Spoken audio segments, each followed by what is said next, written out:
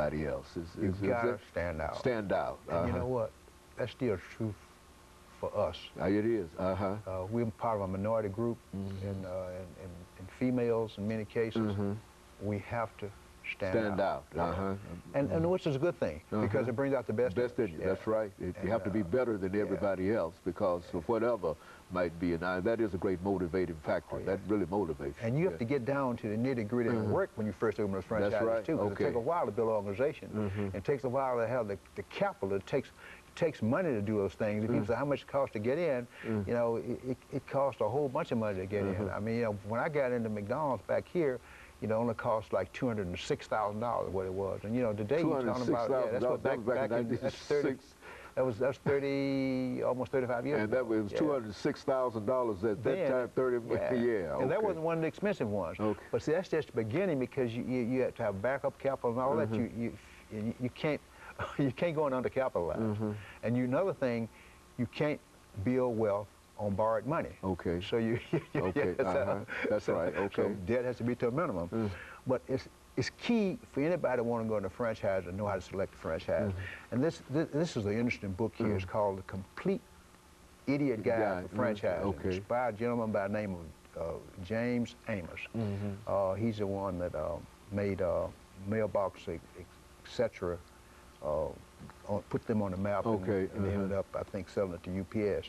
And he talks about all the franchises and what to expect, and what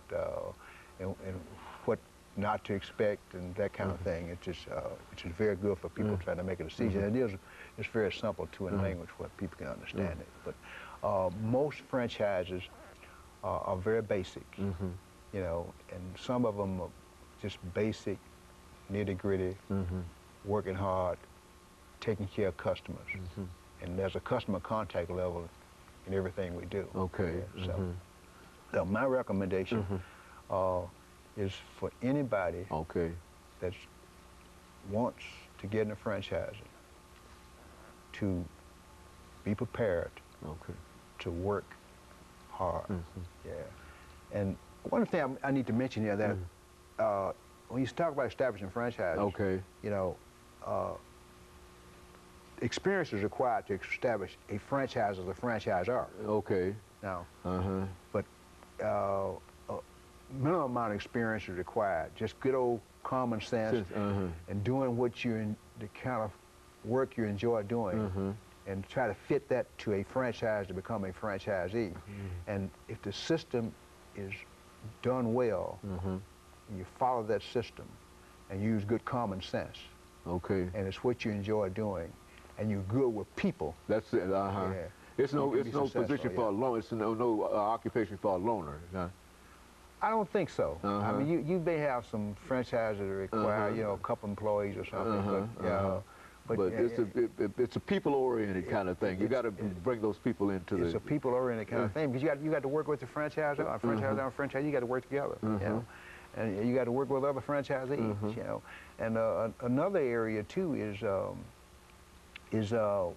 even there's a minimum amount of it, but there's some work required with vendors too. With suppliers. I mean, that's very important. You know, and so it really gives you a piece of all aspects of business, but you got somebody there to help you with it. That's the most important thing about it. Somebody help you put it together. All the pieces are out there, but unless you understand how the pieces interrelate and how they work together, then you're going to have a difficult time. That's exactly right. And of course, during this last minute, Mr. Jones, let me thank you for coming by and giving us that excellent information.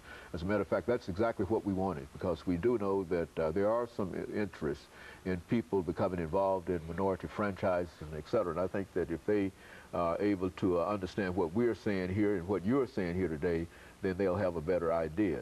And I was surprised in terms of how much money it actually takes to become involved in such an activity. And you said in the 1960s you were talking about $200,000, and it's almost, I would imagine, almost prohibitive for any one individual to think about becoming, and certainly some of the larger ones like the one that you started with, McDonald's. I mean, you have to have a group of individuals, I would imagine, to get together. It's not a poor man's business. It's not poor.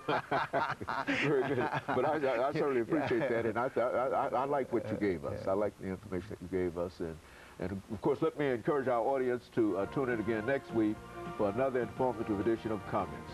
Thank you, and good morning.